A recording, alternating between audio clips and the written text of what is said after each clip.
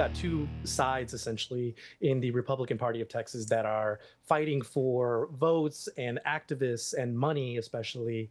That one side wants maybe status quo, and another side wants more what some would describe as farther right, more enforcement, more of a populist type governance in Texas. I think the midterms are going to be rough, but I do think that, especially in the congressional races, we're going to see probably a Ken Paxton win, which is going to be great for Texas. I think in AG, we've got phenomenal candidates running for AG, regardless of who you support on that side of the aisle. So I think that when it comes to those, I think that the populist right is going to win, but we'll see how the rest of the down ballot turns out. Texans will be getting ballots in just days, and so we're covering the state closely. And joining us now is Texas congressional candidate and Lubbock County Commissioner Jason Corley. Commissioner, thanks so much for joining us. Why are you running for Congress? Matt, thanks for having me on. Well, I'm running for Congress because I want to go to Washington, D.C. and do the same thing I've done in Lubbock County for the last 7 years as county commissioner, and that's work to lower taxes for my constituents, be the guy who's easy to get a hold of, who's easily accessible to constituents, and help everybody solve their problems here. The other thing, too, I mean, we need far-right people coming out of my district. We're a ruby red district, and there's no reason for us to send a moderate to Washington, D.C. Totally agree with that. Jody Arrington is departing Congress. He represented Lubbock previously. Is there a vote he took that you would have voted differently? Oh man, yeah. I think back into some of the COVID stuff there. We need to get an actual farm bill together for starters. That and Jody's pretty solid voting against spending. I just like to see. I just wish Jody been more out there, more vocal on things. Just to get out there and say it. Somebody needs to go out and say it. I think that's why we love Donald Trump. Everybody was thinking it, but he said it. And we need more of that out of Congress. We just heard from Tony Ortiz of Current Revolt say that there's a bit of a civil war in the Republican Party in Texas, with establishment figures on one side in the Bush mold, and then more MAGA populist Republicans. Who are some of your political influences in Texas, and what type of congressman would you be as a result? Oh man. Well, let's go back to the beginning. How about Sam Houston? There's a guy. What was it? I think he beat up a crooked congressman with a hickory stick and got a nickname for it. So yeah, I mean, if we're going to jump back that far, if we're going to stay a little local, I've been real impressed with a lot of the work that Massey's been doing. I was glad to see him. Just go out there and call it out. Ron Paul's one of my biggest heroes. We watched that guy and everybody said, I don't know, and then now we find out the guy was a prophet. He's dead right on everything he said.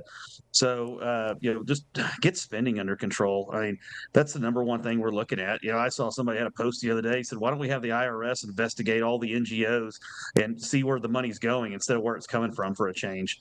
I know I'd like to see that. I mean, I don't own a quality Leering Center or anything, but yeah, I'd like to see them look into that and see where all that money actually gets spent. When we talk about money being spent, just this week, the Congress voted on a defense appropriations bill that sent $4 billion to Israel. What do you think is the right amount of money to send to Israel? Less than four. I think we send them about $13 billion a year. I just assume see that get spent here. I mean, I know we keep talking about them being our greatest ally, but we just keep sending them money, and I don't understand why we're not funding infrastructure problems at home and taking care of that here. Jason Corley, candidate for Congress in the Lone Star Republic. There'll be ballots out in days. We wish you well. Stay safe on the trail. Thank you for having me on, Matt. Some in the left-wing media are freaking out over this new contract between us at OANN and YouTube TV. It's dangerous that One American News is being platformed on such a large digital streaming pay TV provider. You're freaking out about the fact that people have choice. People can't be allowed to hear what they have to say. OAN is not the only channel on YouTube TV. There's like dozens of them. So if you don't like what's being said here, we hope you stay, but there's many other things going on in the world. This is how the left operates, Alicia. They operate in censorship. Mm-hmm. They don't believe in choice and letting people do their own homework. This is the way the authoritarian left works. They don't believe in choice because they don't like the fact that we don't live in the 1960s anymore with 3 networks and your local newspaper. We have to respect freedom of the press, the First Amendment, free speech. Remember that. I want to begin tonight by welcoming and thanking all of our new viewers on YouTube TV. Overnight, One American News welcomed a potential 9 0.4 million new viewers on YouTube TV. So on behalf of everyone here at OAN, welcome to One America News. We are incredibly excited to have you.